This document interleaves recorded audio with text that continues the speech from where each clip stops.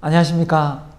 셀프 인성 리더십 행동 변화 전문가 김상은입니다. 반갑습니다. 부모 자격증 시대를 열자 부모 자격증 과정 2강 자존감의 비결에 대해서 오늘 말씀을 드리고자 합니다. 자, 부모가 자존감을 키워야 아이에게 자존감을 키워줄 수 있고 아이에게 좋은 영향력을 줄 수가 있습니다. 그럼 오늘 구체적으로 자존감이 어떻게 길러지고 어떻게 해서 자녀에게 영향력을 주는지 알아보도록 하겠습니다. 자, 자존감을 높이는 비결 말씀드리기 전에 부모가 자존감을 가지고 있을 때 아이에게 좋은 영향력을 주고 행복한 가정을 만들어낸다라고 생각합니다. 자, 그래서 자존감이 필요한 이유 말씀을 드리겠습니다. 두 번째는 자존감이 높은 사람이란 정의를 제가 한번 내렸습니다. 세 번째는 자존감이 낮은 이유가 뭘까? 이걸 알아야 자존감을 올릴 수가 있겠죠. 네 번째입니다. 자존감이 낮은 정상. 자존감이 낮은 사람의 정상이 있습니다. 그 다음에 자존감을 키우는 방법을 구체적으로 말씀을 드리고 또 액션을 취하면서 자존감에 대해 키우는 방법을 소개하고 마치도록 하겠습니다. 자, 부모가 왜 자존감이 높아야 하는가? 한번 볼까요? 자, 자존감이 높아야 뭐라 했습니까? 흔들림이 없다. 흔들림이 없다.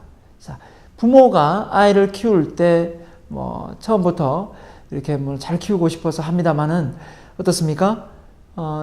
이웃집의 얘기 또 옆집 앞집 다 얘기 듣다 보면 부모님의 주관이 흐트러지고 계속 갈팡질팡하는 경우를 많이 봅니다. 이런 경우가 전혀 없을 수는 없는데요. 하지만 정말 이 팔랑귀가 돼가지고 너무나 심한 사람이 있습니다. 이런 분들을 보면 자존감이 낮습니다. 자존감이 낮다 보니까 아이들한테 어떻습니까?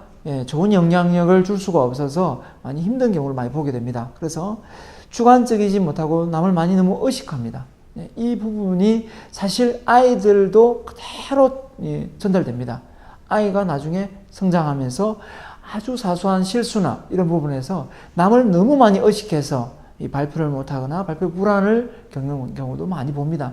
아무튼 자기 자존감이 낮아서 너무 자주 마음이 갈팡질팡 흔들리면 이것도 문제가 되겠죠. 두 번째입니다. 자존감이 높아야 그죠? 짜증과 신경질을 안 내는데 짜증과 신경질을 많이 냅니다. 그래서 자존감이 높아야 됩니다. 이 낮으면 너무나 이렇게 하루의 기분이 너무 이렇게 들쑥날쑥하기 때문에 사소한 문제 또 뭡니까 부부 사이에 겪는 이런 불화로 아이한테 그대로 이렇게 마음을 이렇게 오픈하게 되면 아이도 힘듭니다. 그런 상황을 안 만들기 위해서는 부모가 어느 정도 자존감이 높아야 아이들한테 그 감정을 그대로 전수하는 상황은 면할 수가 있겠죠. 세 번째입니다. 자존감이 높아야 열등감에서 벗어날 수 있다. 열등감. 부모가 이렇게 열등감에 사로잡혀 있으면요. 이웃집에 또 주변 사람들의 남편의 또는 시어머니의 또 말에 금방금방 좌절하고 스트레스를 받습니다. 그래서 이 열등감을 벗어날 수 있는 방법은 바로 자존감을 끌어올리는 방법밖에 없습니다. 네 번째입니다. 자존감이 높아야 도전하는 모습을 보여준다. 자, 안주하는 삶에서 벗어난다 했는데요. 많은 부모들이 아이들한테 묻습니다. 넌 커서 꿈이 뭐니? 뭐가 되려고 하니? 이렇게 많이 묻습니다. 그러면서 아이들이 엄마한테 묻죠. 아빠, 엄마의 꿈은 뭐예요? 라고 물을 때 그때 당당하게 아빠, 엄마는 지금 이런 것을 도전하고 있고 이런 걸 지금 이런 과정 속에 있지. 이런 꿈을 이루고 싶어서 도전 속에 있어. 라고 말해주면 참 좋은 부모가 될 텐데 대부분 어떻습니까? 야, 엄마 아빠는 이미 늦었다. 엄마 아빠는 이미 나이가 들었고 이미 틀렸으니까 너가 앞으로 훌륭한 사람이 되어라. 이런 말을 해준다면 아이들이 의문을 많이 갖지 않겠습니까? 예.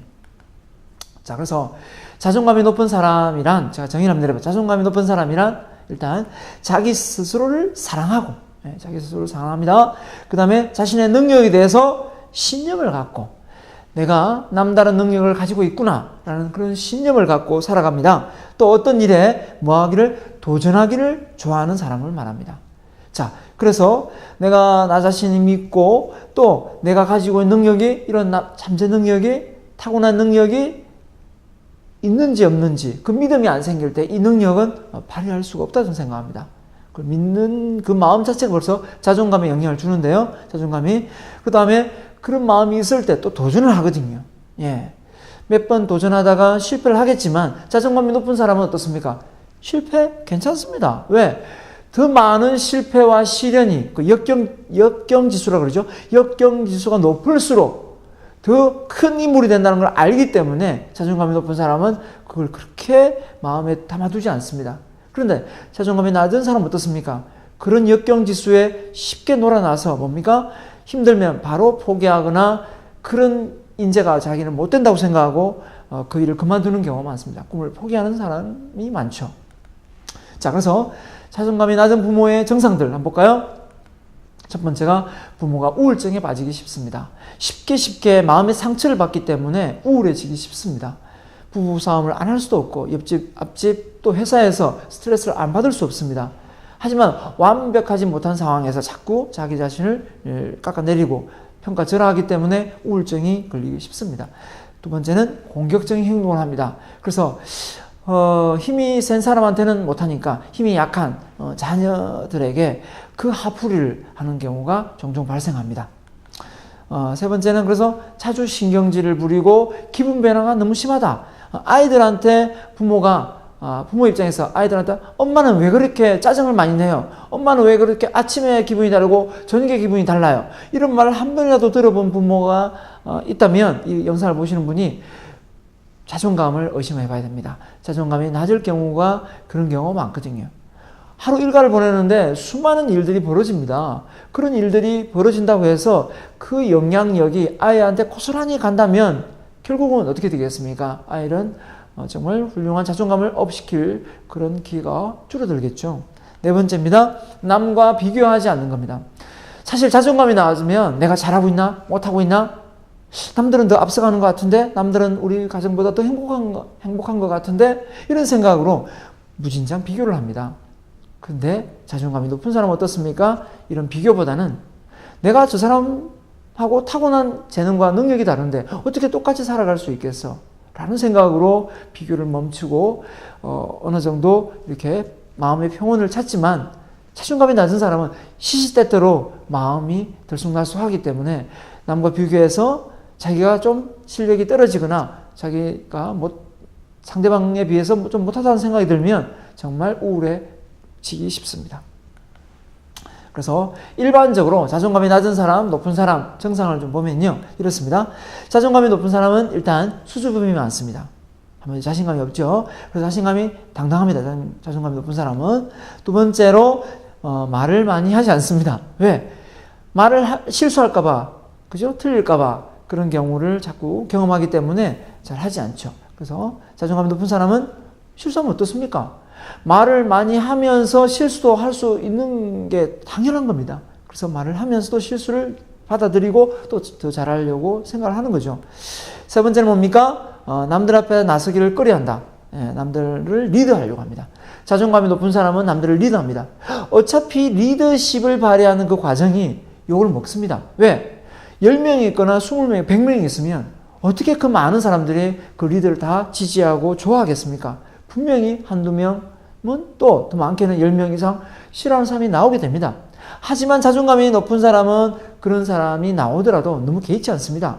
자존감이 낮은 사람은 그런 한두 명의 어떤 지적이나 충고에 너무 힘들어합니다. 그렇기 때문에 그런 자리를 맡겨도 그 다음부터는 맡으려 하지 않죠. 네 번째입니다. 실수하지 않을까 항상 두렵습니다.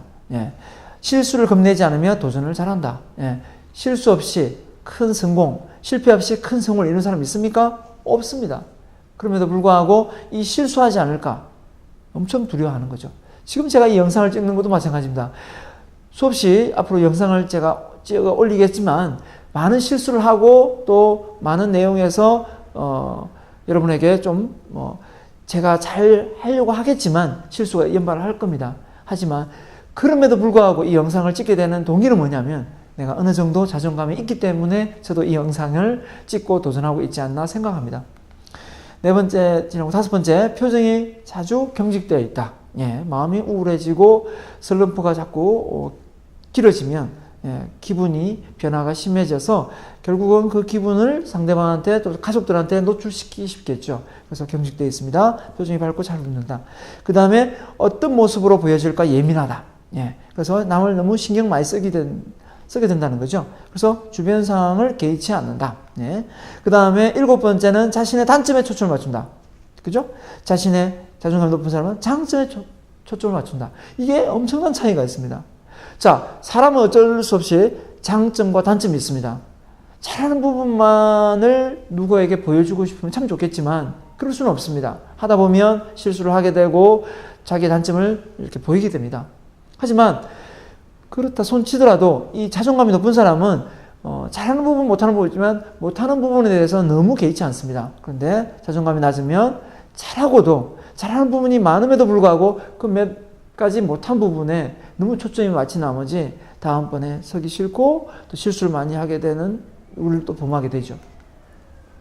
여덟 번째, 남들에게 싫은 소리 듣기 싫어한다. 자, 그래서 남들의 혀놀림에 신경 쓰지 않는다. 자, 부부가 아이를 낳아서 부모가 됩니다.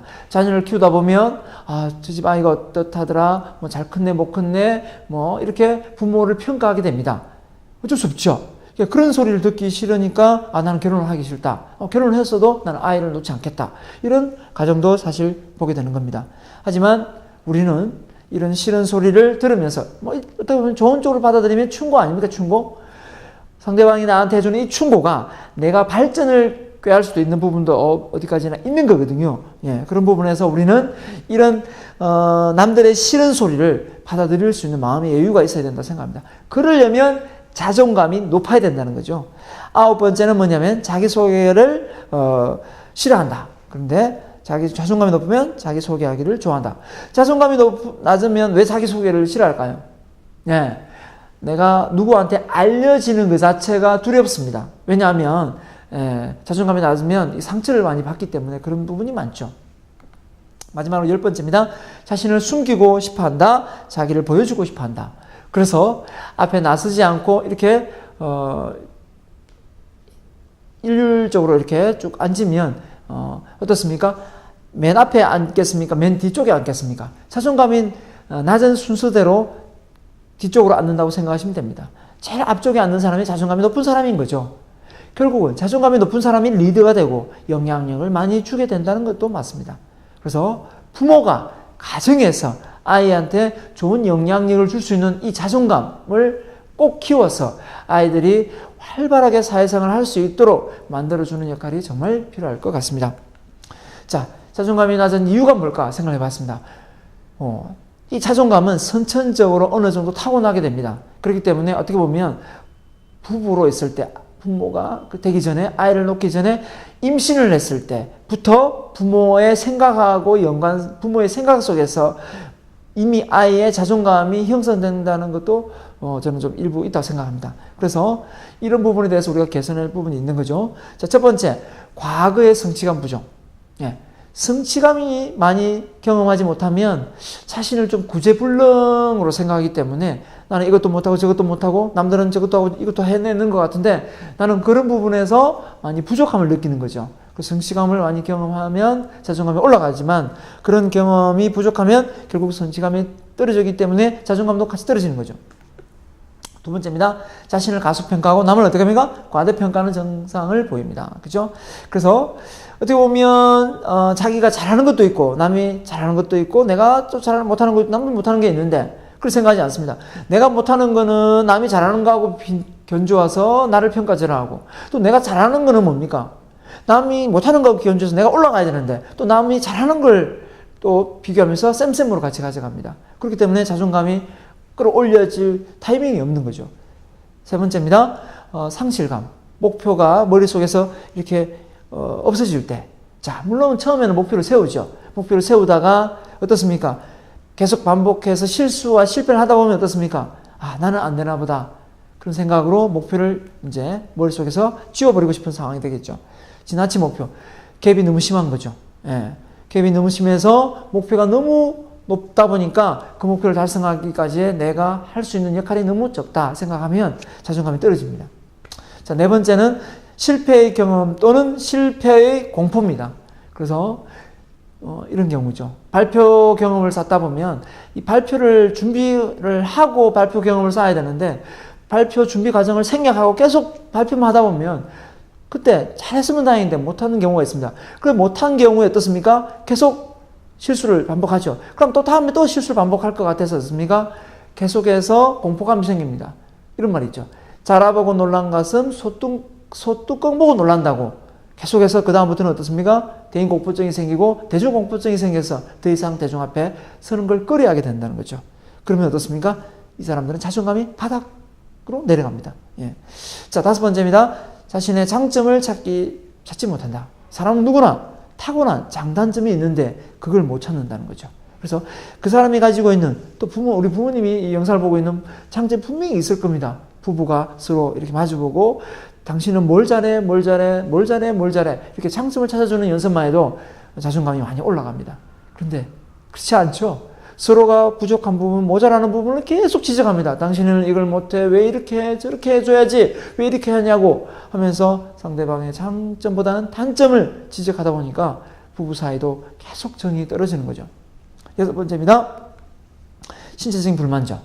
타고날 때부터 키가 작거나 눈이 작다거나 여러 가지 신체적 불만족이 있을 수 있습니다. 저도 있습니다. 맞죠? 아무리 잘생기고 아무리 미녀로 태어나더라도 신체적 불만족이 있기 때문에 성형수술을 저는 하고 있지 않나 생각합니다. 또 성형수술을 해도 또 하는 걸 봐서는 신체적 불만족을 완벽하게 자기한테 뒤바꿀 수 있는 상황은 없다고 생각합니다. 하지만 그걸 받아들이는 그 마음이 저는 중요하다고 생각합니다. 그래서 불만족스러운 부분을 받아들일 수 있는 마음은 사실 어떻게 나오느냐? 자존감에서 나옵니다. 자존감이 낮으면 절대 이걸 못 받아들이게 되는 거죠. 자, 그래서 이 신체 불만족을 인정할 수 있어야 되는데 우리 그걸 잘 못하는 것 같습니다. 일곱 번째, 주변 사람들의 관심과 칭찬 부족. 무인도에 혼자 사는 상황에 놓인다면 누가 나한테 관심을 갖거나 개의치 않겠죠.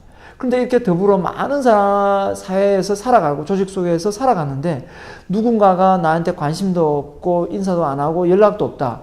이것처럼 나 자신이 그죠? 네, 아주 자존감을 떨어뜨리는 상황이 없습니다. 그렇기 때문에 이 자존감이 낮은 사람은 솔직한 말씀을 드리면 누구한테 연락을 먼저 안 합니다. 먼저 해야 됨에도 불구하고 먼저 하기보다는 연락 오기를 기다리는 사람이죠. 또 먼저 말도 잘 안 겁니다. 그러다 보니까 자존감이 더 낮은 거죠. 그래서 이 자존감을 끌어올리기 위해서는 어떻게 보면 내가 먼저 남들에게 연락하다 보면 10곳, 20곳을 연락하다 보면 그 속에서 한두 명이 또 내가 힘들 때 또 전화가 오지 않겠습니까? 연락이 오지 않겠습니까? 그러니까 이런 자존감은 주변 사람들한테 관심과 칭찬을 받겠다. 이거보다는 내가 먼저 주겠다. 이런 생각을 해야만 올라갈 것 같습니다. 일단 낮은 이유를 말씀드렸으니까요. 자존감이 낮으면 어떤 완벽주의 정상을 보인다. 자, 이거 정말 사람 잡습니다. 자, 실패를 받아들이기 힘듭니다. 실패를 하지 않고 이 세상을 살아갈 수 없는데도 말이죠. 그렇기 때문에 이 자존감은 계속 낮아지는 거죠. 다른 사람들이 내 실수를 아는 게 싫다. 예. 제가 하는 어떤 이 영상을 찍으면서 실수, 솔직하게 기분이 좋지는 않습니다. 하지만 그럴 수밖에 없는 거 아닙니까? 어떻게 완벽하게 합니까? 예. 그렇기 때문에 그걸 감내하고 하는 거죠. 세 번째입니다. 반대를 두려워한다. 무조건 yes. 그리고 집에 와서 뭡니까? 그때 내가 왜 그 yes 해가지고 내가 이 고생을 하고 있나? 그때 시간이 안 되는데 왜 내가 그때 나간다 그랬지? 그걸 내가 일을 도와준다 했을까? 이런 생각을 많이 합니다. 실제 그 마음은 없으면서요. 예, 이런 우를 반복하지 않으려면 어떻게 됩니까? 이 자존감을 끌어올려야 된다는 거죠. 그 다음에 네 번째죠. 끊임없이 확신과 평가를 요구합니다. 남과 비교해서 내가 잘하고 있나 못하고 있나. 평가 대상이 아님에도 불구하고 그걸 평가해서 그 사람보다 내가 우위에 있는 상황으로 만들려고 노력합니다. 결국 이런 경우 자존감이 떨어지는 거죠. 탁구를 치거나 테니스를 치거나 달리기를 하거나 배드민턴을 치거나 그냥 즐겁게 하면 되지 않습니까? 그런데 꼭 내기를 하는 사람이 있거나 꼭 그죠? 상대방도 잘했다. 내가 이겼지. 내가 잘하지. 이 소리를 듣고 싶어 하는 사람이 있어요. 이런 사람이 있다면 바로 자존감이 낮은 사람입니다. 부부가 설거지를 좀 더 할 수도 있고 반찬을 좀 더 할 수도 있고 하죠. 그럼에도 불구하고 내가 더 많이 했지. 당신보다 내가 더 많이 했잖아. 라고 말하고 계속 그걸 주장하고 있다면 자존감이 낮은 사람이라는 거죠. 그러지 말고 좀 더 이해하고 받아들이는 부분이 필요한 거죠. 그 다음에 좀 더 완벽하지 못한 자신을 비난한다. 자, 완벽할 수도 없음에도 불구하고 완벽주의 정상을 보이기 때문에 완벽하려고 노력합니다. 물론 완벽하려고 노력은 해야 됩니다만은 그 완벽 정상 때문에 어디 나서지 않거나 또 남에게 리드를 못하는 경우가 된다면 이건 큰 문제가 되는 거죠. 그래서 자존감 관련 명언을 한번 보면요. 자존감은 두려움이 없는 상태가 아니라 두려움을 안고 도전할 때 생겨난다. 자, 우리가 자존감, 자신감은 있는 사람 보면 어떻습니까? 저 사람은 두려움이 없으니까 저렇게 앞에 서서 남을 리드하고 이야기할 거야. 또 이끌어 갈 거야. 라고 생각하지만 사실 그렇지가 않습니다. 사업을 하는 사람, 직장을 다니는 사람 비슷할 것 같지만 사업을 할 때 하고 직장을 다닐 때 하고 어떻습니까? 두려움이 더 많죠. 사업을 하면. 실패하면 다 망할 수가 있는데요. 직장은 또 옮기면 되지 않습니까? 그렇지만 어떻습니까? 사업을 하는 사람 또 사업을 하거든요. 결국은 그 두려움을 안고 사업을 하는 거지 그 두려움이 없는 상태에서 사업을 하는 사람은 저는 보지 못했습니다. 그렇기 때문에 자존감은 어떻습니까? 이 두려움이 없을 때 남 앞에 서고 또 남을 리드하겠다 이런 생각 자체를 버려야 됩니다.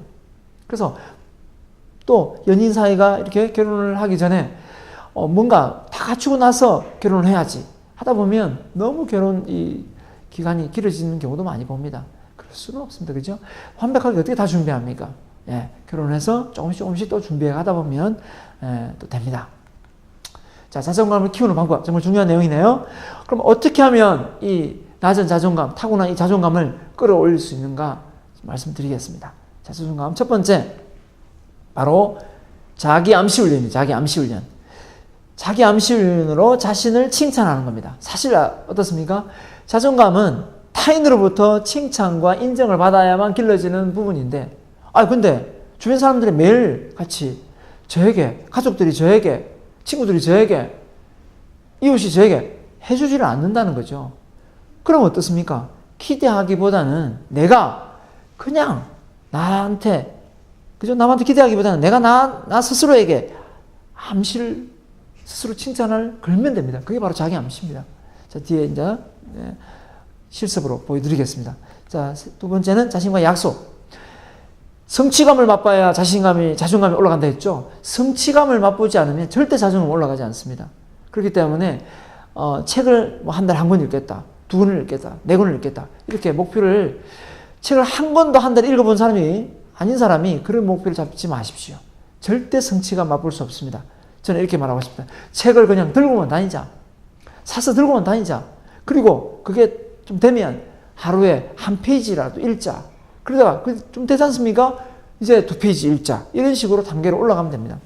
세 번째는 자신의 남다른 끼와 재능을 어떻게 믿어야 됩니다. 믿습니까? 믿습니다. 믿어야 됩니다. 누구를요? 먼저 자기 자신을. 하나님, 부처님, 가족을 믿기 전에 스스로를 믿어야 돼요. 이 스스로를 믿는 이 자존감, 스스로에 대한 믿음. 우리는 타고날 때부터 뭐였습니까? 학교에서 교육을 받으면서 자존감을 많이 떨어졌습니다. 왜?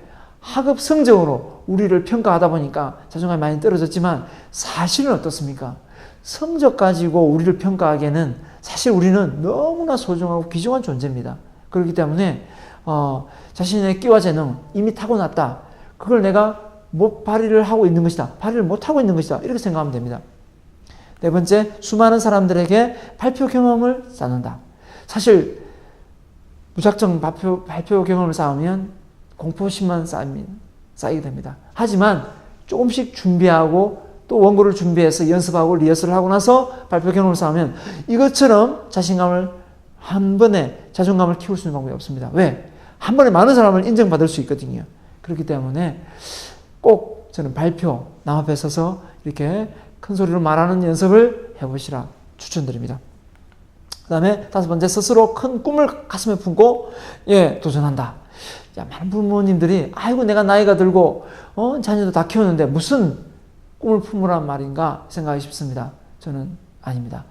그런 생각이 좀 다릅니다. 왜냐하면 꿈은요, 뭐 어릴 때 아이가 그 직업으로 꾸는 꿈도 있겠지만, 나이가 들면 들수록 꿈이 사라지는 것이 아니라 계속 생성돼야 됩니다. 이것도 해보고 싶고, 저것도 해보고 싶고, 그 꿈을 갖고 있으면서 그 꿈을 이루고 싶은 마음을 갖는 그 자체에서 자존감은 올라갑니다.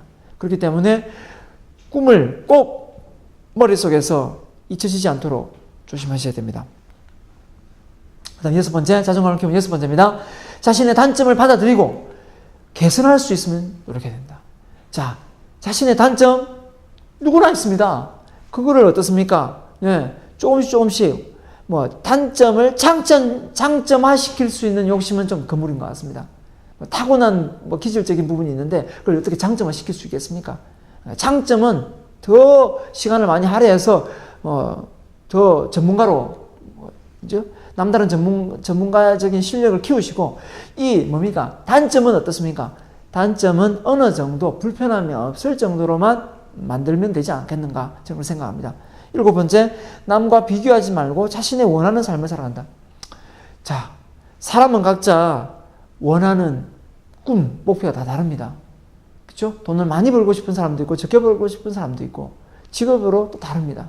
그렇기 때문에 이 남과 비교해서 자기의 존재감을 많이 평가절하할 필요는 없다고 생각합니다. 그렇기 때문에 이 자기의 삶에 대한 가치와 의미를 둘 필요가 있다고 생각합니다. 그러면 남과 비교를 좀 덜 하게 되거든요. 그게 무엇인지 나중에 또 다른 영상에서 말씀드리겠습니다. 여덟 번째, 실패를 낙오자로 생각하지 말고 더 큰 성공을 위한 준비 과정으로 생각한다. 자, 완벽한 사람 없습니다. 실패를 많이 할수록 어떻게 됐습니까? 실패를 많이 할수록 나중에는 더 큰 성공을 맛본다 했습니다. 그런 생각을 가지면서 이 과정에 실패가 디딤돌이 되고 준비 과정으로 생각을 해야만 자존감을 끌어올릴 수가 있다는 거죠. 예. 포기하지 말고 끝까지 한번 도전해 봅시다. 자, 그러면 앞서 제가 자존감을 키우려면 스스로를 사랑해야 된다. 스스로를 사랑하지 않고 남을 사랑할 수는 없거든요. 그래서 첫 번째, 자기를 사랑하라. 그래서 자기를 사랑해야 타인도 나를 사랑할 수 있다. 이렇게 생각합니다. 그 자존감을 키우는데 내가 단점도 있고 장점인데 자꾸 단점이 눈에 보이고 자꾸 장점보다는 단점이 자꾸 머릿속에 떠올려질 때 이거 어떻게 해야 되느냐? 그럴 때 좋은 방법이 있습니다. 뒤에 제가 소개하는 세뇌, 자기 자신에게 좋은 점을 계속해서 말을 해서 세뇌시키는 이 자기 암시를 저는 강력 추천합니다. 예. 그리고 자신과의 약속, 아주 사소한 것부터 실행에 옮겨서 성취감을 많이 맛보라고 말씀드리고 싶어요. 처음부터 모든 부분에서 다 불만족스러운데 하루아침에 자신감이 자기를 사랑하라 한다 해서 금방 사랑할 수 있는 건 아닙니다. 그건 사실이거든요. 그래서 작은 것부터 조금씩 실천에 옮기다 보면 이것도 되니까 나는 괜찮은 사람이구나. 저것도 되니까 너 괜찮은 사람이구나. 이런 생각을 하게 된다는 거죠. 그래서 명언 중에 이런 말이 있습니다. 자기 자신을 사랑하는데 사랑하는 마음으로 이런 생각을 하면 되겠어요. 저는 외우고 있는데요. 사랑하면 알게 되고 알게 되면 보이나니 그때 보이는 것은 예전과 같지 않더라. 그래서 일단 자기 자신을 사랑하다 보면 또 뭡니까? 자신이 가지고 있는 그 끼와 재능을 또 끄집어낼 수가 있거든요. 그런데 자기를 미워하고 비난하고 하다 보면 그 숨겨진 끼와 재능이 안 나오거든요. 내가 이런 재능이 있나? 몰라요. 그렇기 때문에 일단 스스로를 좀 믿고 사랑해 보십시오. 그죠? 그래서 저는 이 말을 하면서 2003년도인가요? 우리나라의 브라이언 트레이시가 저처럼 이 동기부여 강사인데요. 이분이 강의하는 장면 속에 이런 말을 하더라고요. 자기는 자존감이 너무 낮았는데 아침마다 자존감을 키우기 위해서 이런 말을 했다고 합니다. 그분이 이제 영어로 했겠지만 I like myself, I like myself. 우리나라 번역하면 난 내가 좋아, 난 내가 좋아. 이런 말을 했대요. 그래서 무대에서 자전거 펌버지를 하면서 난 내가 좋아, 난 내가 좋아 이런 모션을 취했는데 제스처를 취했는데 처음엔 너무 바보 같고 좀 되게 부끄러운 행동이라 생각했는데 세월이 한두 해 지나면서 이런 행동이 정말 도움이 된다는 걸 알았습니다. 하나도 이걸 해보자. 이 사람은 난 내가 좋아, 난 내가 좋아, 아무 조건 없이 난 내가 좋아 이런 말을 했는데 한번 따라 해볼까요? 난 내가 좋아. 난 내가 좋아. 아무 조건 없이 난 내가 좋아. 좋아, 좋아, 좋아, 좋아. 예. 자, 이런 말을 했지만 저는 이걸 왜, 이 사람은 브라이언 트레이시가 한 말이지만 저는 이거 왜 이런 암시를 제가 한번, 18년? 지금 한 18년 정도 이걸 해오고 있습니다. 한번 볼까요? 자, 지금 제가 하는 자기 암시를 한번 따라해보고 이 암시가 정말 자존감을 키워준다고 믿는 분에 한해서는 이걸 외워서 매일 아침 저는 언제 하냐면 머리 샴푸할 때 합니다. 머리 샴푸할 때 이걸 하니까 이거 안 잊어먹고 계속 하게 되더라는 거죠. 그래서 이게 좋으면 꼭 부부 또 자녀들에게 이걸 선물로 주십시오. 자, 한번 해보겠습니다. 제가 할 테니까요. 자, 한번 따라해 보십시오. 우리는 좋습니다. 제스처 따라 하셔야 됩니다. 셀프 인성 리더. 우리가 세상을 바꾼다. 난 참 대단해. 난 훌륭해. 난 멋져. 난 최고야. 난 끝내줘요. 예, 이 정도 해서 좀 하다가 내용이 좀 짧은 것 같아서 좀 더 넣었어요. 보시면 되게 웃기고 이상하죠. 하지만 이 내용 자체가 긍정적인 암시문이고 문장이기 때문에 처음에는 들을 때는 많이 어색하고 하지만 계속 듣다가 보면요. 저는 아무렇지도 않습니다. 정말 아무렇지도 않거든요. 그리고 이 말처럼 또 되고 싶기도 하고 또 되어야 된다고 생각합니다. 자, 한 번 더 따라해 보겠습니다. 남과 다른 생각과 행동을 해야 남과 다른 사람이 된다. 내가 나를 우습게 보면 남도 나를 우습게 본다. 나를 우습게 보지 마라. 언젠가 내 시대가 온다. 언젠가 김상은의 시대가 온다. 옆 사람 있으면요. 아자, 아자, 파이팅! 이렇게 해주시면 됩니다. 자, 자존감을 키우는 거 참 쉽지 않죠? 쉽지 않습니다. 하지만 이런 작은 행동들이 저한테는 매일매일 꾸준히 하다 보니까 정말 이 생각에 자존감이 키워지더라고요. 부정적인 생각이 좀 내려가면서 긍정적인 생각이 올라오면서 저 자신이 참 괜찮은 사람이구나. 또 그러면서 그걸 넘어서니까 이 사회에 정말 필요한 인재가 돼야 되겠다. 더 나아가서는 한번 정말 역사에 한 페이지를 장식할 수 있는 인물까지 한번 되어봐야 되겠다라는 생각까지 하고 있습니다. 그래서 예전으로 보면 이순신 장군이 우리나라를 구했다면 지금은 제가 이순신 장군을 정말 존경하거든요. 그런 사람처럼 되지는 못하겠지만 제가 이 나라를 위해서 할 수 있는 일이 뭘까? 저는 생각했습니다. 각 가정에서 부모 자격증을 따서 이 자격증으로 가정의 인성교육이 널리 퍼져서 가정의 행복을 꾀하면 더 나아가서 더불어 행복한 사회가 만들어진다 생각합니다. 자, 부모 자격증 시대를 열자. 부모 자격증 과정 2강을 여기까지 하고 마치겠습니다. 감사합니다.